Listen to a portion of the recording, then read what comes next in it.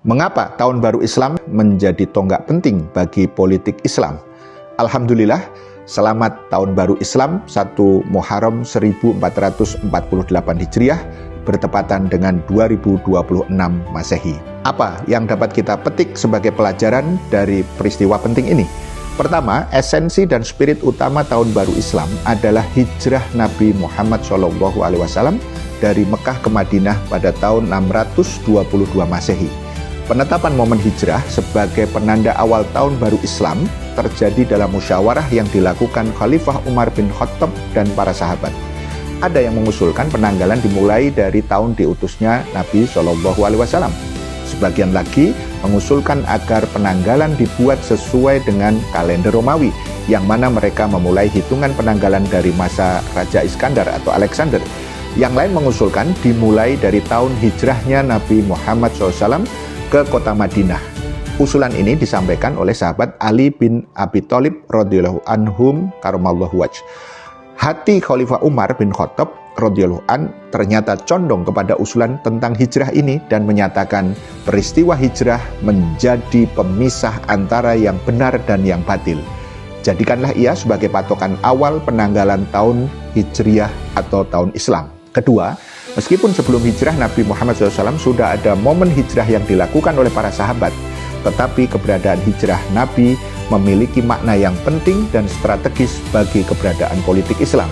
Ini adalah perjalanan dari kegelapan menuju cahaya, minaz zulumati ilan nur, dengan bertumpu kepada kekuasaan yang menolong atau sultanan nasiro dari para ahlul quwah yang memberikan dukungan atau tolabun nusroh. Saat Nabi Muhammad SAW menghadapi tekanan politik yang semakin menjadi-jadi dari orang kafir di Mekah, maka dalam satu peristiwa masuknya Islam 6 orang dari Yasrib, Madinah, pada tahun ke-11 kenabian, Juli 620 Masehi di Mina. Setahun setelah itu datang 12 orang dari Yasrib itu, 5 diantaranya yang ikut telah masuk Islam sebelumnya, sehingga terjadi baiat atau sumpah setia di Aqobah, maka disebut bai'ah Aqobah yang pertama atau Sugro pada tahun ke-12 kenabian, Juli 621 Masehi. Setelah itu beliau mengutus sahabat Mus'ab bin Umar radhiyallahu an untuk mendampingi mereka dan memahamkan tentang Islam setelah mereka kembali ke Madinah.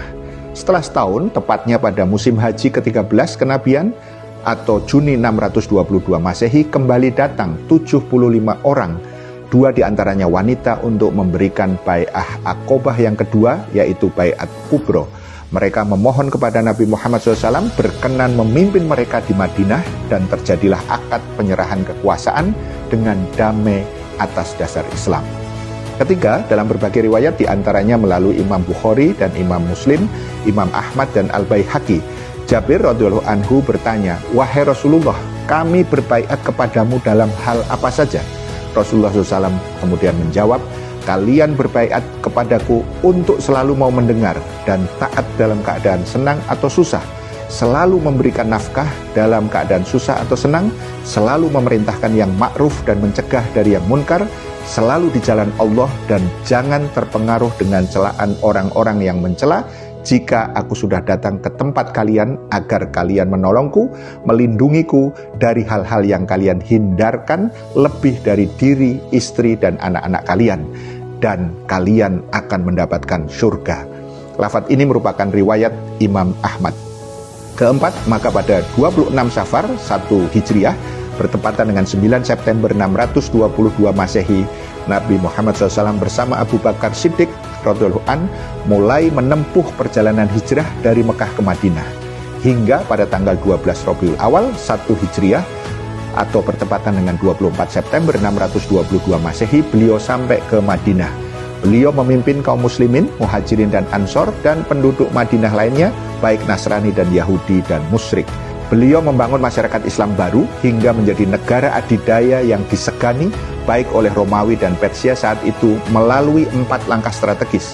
Pertama, membangun Masjid Nabawi sebagai pusat spiritualitas, pusat tauhid, dan pusat peradaban Islam.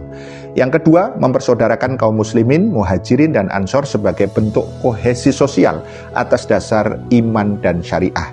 Yang ketiga, membuat perjanjian Madinah, Al-Misak Al-Madinah dengan penduduk kafir di Madinah sebagai bentuk eksklusivitas hubungan hukum dan tata negara dengan semua rakyat. Dan yang keempat, beliau membangun kekuatan militer baru untuk mempersiapkan jihad, melindungi dan mempertahankan negara baru, negara kota Daulah Islam di Madinah. Inilah keniscayaan aspek keamanan dan pertahanan negara. Kelima, sebagai pelajaran penting bagi kita saat ini, peristiwa hijrah Nabi Muhammad SAW adalah perubahan dari kegelapan menuju cahaya Islam. Sebagai spirit utama tahun baru Islam 1 Muharram 1448 Hijriah, di tengah berbagai masalah yang melanda umat Islam, baik di dalam negeri ini maupun di dunia internasional. Pelajaran utamanya, yang pertama adalah urgensi keberadaan kepemimpinan global atas dasar Islam, yaitu khilafah, untuk menyatukan potensi dan kekuatan kaum muslimin sedunia, sehingga umat Islam tidak terus terpecah belah menjadi lebih dari 50 negara bangsa yang lemah atas dasar nasionalisme yang menjadi dinding pemisah ukhuwah Islamiyah sedunia. Yang kedua, urgensi untuk menerapkan syariat Islam secara kafah sebagai solusi atas berbagai masalah di saat dunia dicengkram dan dibelenggu oleh sistem demokrasi kufur dalam pemerintahan dan hukum jahiliyah, dan sistem ekonomi kapitalis yang merusak dan menyengsarakan rakyat, membuat jurang kesenjangan makin lebar antara kaya dan miskin, dan juga dirampoknya sumber daya alam negeri-negeri kaum muslimin. Yang ketiga pelajarannya adalah urgensi untuk melindungi kehormatan dan kemuliaan kaum muslimin, baik di Palestina, Sudan, Rohingya, Uighur, Iran, Indonesia, dan seluruh dunia Islam dari penjajahan Amerika Serikat dan antek-anteknya, dengan dakwah dan jihad menuju adidaya dunia dan keberkahan dunia akhirat. Baldatun thayyibatun warobun ghafur, negeri yang dipenuhi dengan kebaikan dan ampunan Allah Subhanahu wa taala, karena Islam rahmatan lil alamin. Paham sampai di sini? Salam melek politik.